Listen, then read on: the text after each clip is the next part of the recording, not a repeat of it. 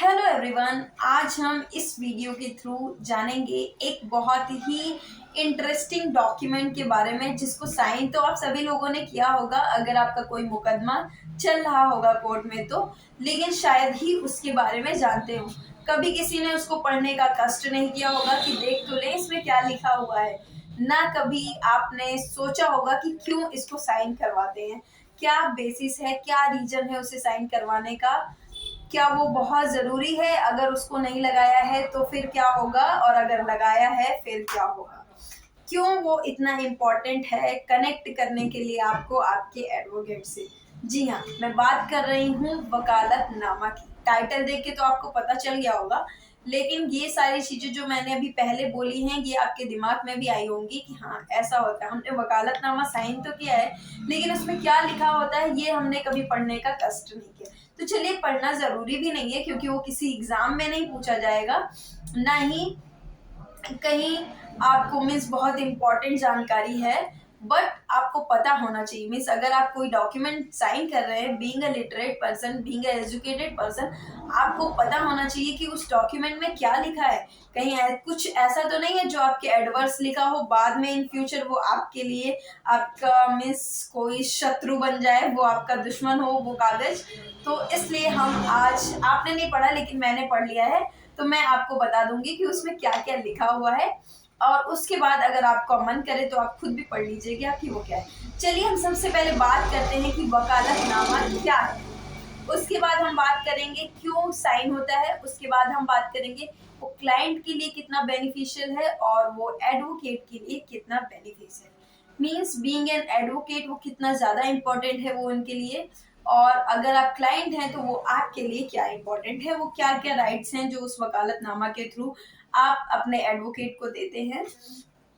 तो चलिए, अब हम अपनी वीडियो को राइट ट्रैक पे ला करके शुरू करते हैं। तो सबसे पहले हम बात करते हैं वकालतनामा क्या होता है। तो वकालतनामा बेसिकली एक काइंड ऑफ एग्रीमेंट होता है, जो मीन्स एक एग्रीमेंट है जो एक क्लाइंट और एक एडवोकेट के बीच में साइन होता है, जिससे जो क्लाइंट है वो ये कहता है कि मैं जो है इन्हें अपना वकील इस मुकदमे में नियुक्त करता हूँ। मीन्स मैं अपना काउंसिल जो है इन्हें अपॉइंट कर रहा हूँ, ये जो भी हैं उनका नाम लिखा जाएगा और आपका भी नाम लिखा जाएगा। ये दोनों के बीच का एक एग्रीमेंट होता है। इस एग्रीमेंट के थ्रू आप किसी पर्सन को एज अ काउंसिल अपने पर्टिकुलर केस के लिए अपॉइंट करते हैं। देखिए, अगर आपके 10 केसेस चल रहे होंगे तो आपको 10 वकालतनामा फाइल करना पड़ेगा। आप ये नहीं कह सकते कि हमारा हमने तो उसमें तो कह दिया है आप मेरे वकील हैं, तो अब सारे जो भी केस होंगे उसमें आप वकील हैं तो हमें अब वकालतनामा फाइल करने की ज़रूरत नहीं है। नहीं, आपके हर केस में आपका वकालतनामा फाइल होना ज़रूरी है, और वो वकालतनामा साइन होना ज़रूरी है। देखिए, अब एक और सिचुएशन आती है कि एक मीन्स केस है जिसमें 3 पार्टीज हैं, ठीक, 3 प्लेंटिफ है या फिर 3 डिफेंडेंट है। फिर वो कहते हैं, एक कहता है कि हम इन्हें वकील करेंगे, दूसरा कहता है कि हम इन्हें वकील करेंगे, तीसरा कहता है कि हम इन्हें वकील करेंगे। तो फिर क्या होगा, फिर कैसे करेंगे? तो देखिए, आप बाउंड नहीं है किसी को अपना वकील चुनने के लिए। आप जो है फ्री हैं, किसी को भी अपना वकील चुन सकते हैं। कोई भी जो भी अधिवक्ता है उनमें से जिसको चाहते हैं कि ये आपका काउंसिल बने, आप उसके लिए फ्री हैं।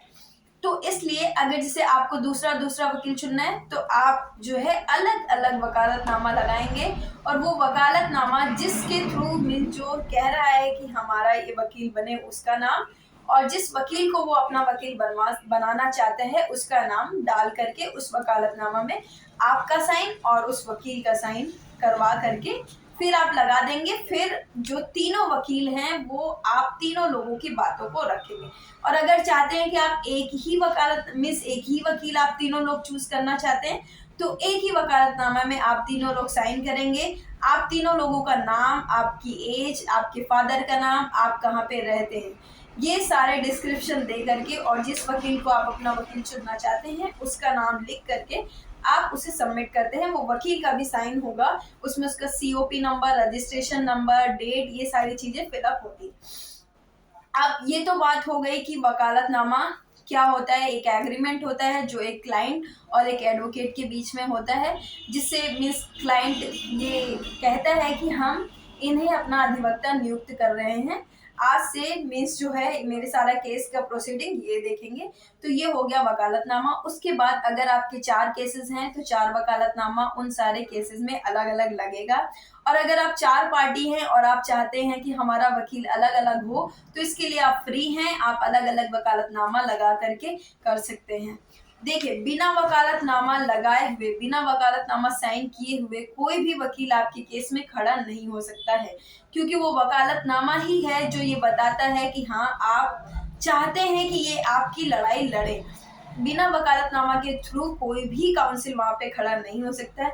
इसीलिए आपने देखा होगा कि अगर कोई नया केस मीन्स कोई केस है जो चल रहा होता है, उसमें आप वकील चेंज करते हैं, तो आपका जो दूसरा वकील होता है वो बोलता है कि भैया वकालतनामा ले आइए और उसमें साइन कर दीजिए, फिर हम उसे लगा देंगे, फिर हम आपके केस को देखेंगे। क्योंकि उससे पहले वो ऑथराइज ही नहीं है आपके केस को देखने के लिए, क्योंकि आपने वो पावर किसी और को दे रखी है। आपका जो केस है उसको देखने के लिए, उसको डायरेक्ट करने के लिए, उसको आर्ग्यूमेंट करने के लिए आपने किसी और वकील को दे रखा है। तो चलिए, अब हम, ये तो बात हो गई वकालतनामा क्या होता है। अब बात करते हैं कि वकालतनामा में कंटेंट्स क्या क्या लिखे होते हैं। तो देखिए, वकालतनामा जो होता है वो एक काइंड ऑफ एग्रीमेंट तो होता है, ये आपको पता चल गया कि वो क्लाइंट और एडवोकेट के बीच में होता है। तो देखिए, क्या क्या पावर हैं आपके वकील को, आपकी मिस कौन कौन सी पावर है जो आप डेलीगेट करते हैं अपने वकील को थ्रू वकालतनामा। तो सबसे पहला क्या होता है कि जो आपका एडवोकेट है वो आपके बेसिस पे आर्ग्यूमेंट करेगा, सारे फैक्ट्स को आपके बेसिस पे रखेगा। दूसरा क्या है, बहुत इंपॉर्टेंट है, जो कि आपका जो अधिवक्ता है, आपका जो काउंसिल है, वो आपके बिहाफ पे उसी केस से रिलेटेड, याद रखिएगा, जिस केस के लिए आपने वो वकालतनामा साइन किया है ये उसकी बात है, उसके बाद की बात नहीं है। अगर दूसरा केस है तो उसकी बात, उसमें ये बात लागू नहीं होगी। आपका जो पर्टिकुलर केस चल रहा है, जिसका टाइटल आपने डाला हुआ है, कोड डाला हुआ है, आप जिसकी तरफ से हैं उसका, उस केस से रिलेटेड कोई भी डॉक्यूमेंट है, अगर अपोजिट पार्टी दे रही है तो उसको एक्सेप्ट करने के लिए कुछ अमाउंट वगैरह है जो मीन्स लग जाती है, पेनाल्टी वगैरह, अगर एक्सेप्ट करनी है आपके बिहाफ में आपका काउंसिल कर सकता है। ये सारे जो ड्यूटीज हैं, ये सारे राइट्स हैं, ये आपने अपने काउंसिल को डेलीगेट किए होते हैं विद द हेल्प ऑफ वकालतनामा। अब इसमें देखते हैं कि ये तो हो गए कि क्लाइंट्स के लिए क्या क्या है वकालत, लेकिन याद रखिएगा कि अगर कोई लॉ से रिलेटेड काम है तो वही वकील करेगा। अगर फैक्ट से रिलेटेड है, कोई मिस कोई एप्लीकेशन है जो फैक्ट को बनाती है बेसिस, जैसे कि कोई प्लीडिंग्स में चेंजेस करने हैं, आप 617 में कोई एप्लीकेशन दे रहे हैं, फिर क्या होगा, उस जगह पे एक एफिडेविट लगेगा जो कि क्लाइंट के थ्रू लगेगा, वो अधिवक्ता अपने बिहाफ पे नहीं दे सकता है। अधिवक्ता कौन से एक्शंस अपने बिहाफ पे ले सकता है, जो लीगल एक्शंस होंगे, जो लॉफुल होंगे, जो लॉ से रिलेटेड हैं, वो वाले जो भी एप्लीकेशन है, जो भी चीजें हैं लॉ से रिलेटेड अगर वो हैं, तो अधिवक्ता आपके नॉन प्रेजेंस में कर सकता है, वो इस बात के लिए ऑथराइज है। लेकिन अगर फैक्चुअल कोई बेसिस, किसी चीज के, किसी एप्लीकेशन का जो बेस है वो फैक्ट है, तो उसके लिए आपको कोर्ट आना पड़ेगा, आपको एफिडेविट देना पड़ेगा, आपके साइन होंगे तभी वो कोर्ट में जाएगा। अब बात करते हैं अधिवक्ता के फेवर में ये क्या है, ये वकालतनामा उनके फेवर में कैसे काम करता है। तो देखिए, ये एक काइंड ऑफ एग्रीमेंट है, आपको पता चल गया, लेकिन ये एग्रीमेंट कैसे एक लॉयर को सेव करता है। जैसे कि आप अगर कहें आपका जो केस है वो डिसमिस इन डिफॉल्ट हो गया, तो इस चीज के लिए आप अपने वकील को लायबल नहीं ठहरा सकते हैं, क्योंकि ये वकालतनामा में आपने इस बात को एक्सेप्ट किया होता है कि अगर मेरी काउंसिल की मिस, अगर हमारा जो केस है वो डिसमिस इन डिफॉल्ट हो गया है, अगर हम मुकदमा हार गए हैं, हमारे अगेंस्ट फैसला हो गया है, तो इन सारे चीजों का जिम्मेदार जो होगा वो वकील नहीं होगा, उसके द्वारा लिए गए सारे एक्शंस मेरे एक्शन होंगे, जो भी परिणाम इस मुकदमे में होगा वो मैं एक्सेप्ट करूंगा, उसके लिए मैं इस वकील को जिम्मेदार नहीं ठहराऊंगा। तो ऐसा होता है, इस तरीके से वो वकील को सेव करता है। अदरवाइज आप उसके ऊपर एलिगेशन लगा सकते हैं कि देखिए ये गए नहीं थे कोर्ट में, इसीलिए हमारा मुकदमा खारिज हो गया, तो ये बात आप कभी भी नहीं बोल सकते हैं। इस बात के लिए आप कभी भी अपने लॉयर को अलेज नहीं कर सकते हैं। तो आप ध्यान रखिएगा कि वकालतनामा मीन्स अब आपको वकालतनामा के बारे में जब इतना सुन रहे होंगे तो आपको वो एक कंसेंट लेटर जो साइन होता है हॉस्पिटल में ऑपरेशन होने से पहले, उसकी याद आ रही होगी, जिसमें होता नहीं कि जो डॉक्टर होगा वो जिम्मेदार नहीं होगा अगर ऑपरेशन के बाद वो जो व्यक्ति है वो अगर जिंदा नहीं होता है तो उसका जिम्मेदार हॉस्पिटल नहीं होगा। ये आप इस बात की कंसेंट दे रहे हैं। तो उसी तरह से वकालतनामा के थ्रू आप एक वकील को कंसेंट देते हैं कि देखिए आप इस मुकदमे में जो भी फैसला लेंगे वो मेरी तरफ से लिया गया फैसला होगा। अगर ये मुकदमा हारता भी हो तो इसका जिम्मेदार आप नहीं होंगे। तो ये होता है वकालतनामा, इसलिए एक वकील साइन करता है वकालतनामा। वकालतनामा जरूरी है साइन करना। अगर आप कोई वकालतनामा फाइल नहीं करेंगे तो आपके बिहाफ पे कोई भी एडवोकेट लड़ाई नहीं लड़ सकेगा। आपको एडवोकेट अपॉइंट करना है किसी को तो आपको वकालतनामा साइन करना पड़ेगा, और अगर दूसरे एडवोकेट को अपॉइंट कर रहे हैं तो उससे साइन करवाना होगा वकालतनामा को और उसमें लगाना होगा। आप उसका नाम वो पुराने वाले वकालतनामे में बढ़ा नहीं सकते, आपको नया वकालतनामा फाइल करना होगा। तो ये है कहानी वकालतनामा की, थोड़ी सी लेंथी वे में मुझे लगता है बता दी है मैंने, लेकिन ये सारी चीजें हैं जो आपको पता होनी चाहिए, क्योंकि आप साइन करते हैं वकालतनामा और आपको पता ही नहीं है कि इस वकालतनामा में सिर्फ आपको वकालतनामा इतना ही वर्ड पता है, उसके नीचे क्या लिखा हुआ है ये आपको नहीं पता है। तो मुझे लगता है ये अवेयर होना चाहिए हर किसी को कि वो कौन से डॉक्यूमेंट पे साइन कर रहा है। इस बात से मैं एक वीडियो बनाऊंगी कि वकालतनामा में कैसे कैसे फिलिंग वगैरह करते हैं, क्योंकि मैंने देखा है कि जो नए कमर्स आते हैं, न्यू कमर्स होते हैं, उनको वकालतनामा भरना नहीं आता है। इवन मुझे भी प्रॉब्लम हुई थी कि इसमें क्या क्या भरना है पता नहीं होता है। तो मैं एक वीडियो बना के उसको डालूंगी, अभी नहीं, 1-2 दिन रुक करके उसको फिर मैं इसमें अपलोड कर दूंगी, जिससे आपको पता चल जाएगा कि वकालतनामा को भरते कैसे हैं।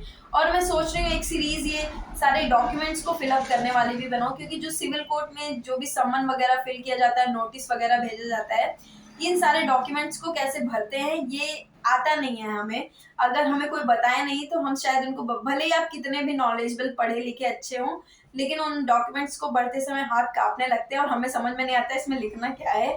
तो मैं उसकी सीरीज भी बनाऊंगी। अगर आप लोगों को चाहिए तो एक कमेंट करिएगा कि बनाऊं तो अच्छा होगा या नहीं अच्छा होगा इस बात के लिए। Okay, thank you. मुझे लगता है अब आपको वकालतनामा के बारे में काफ़ी कुछ पता चल गया है। Okay, bye bye.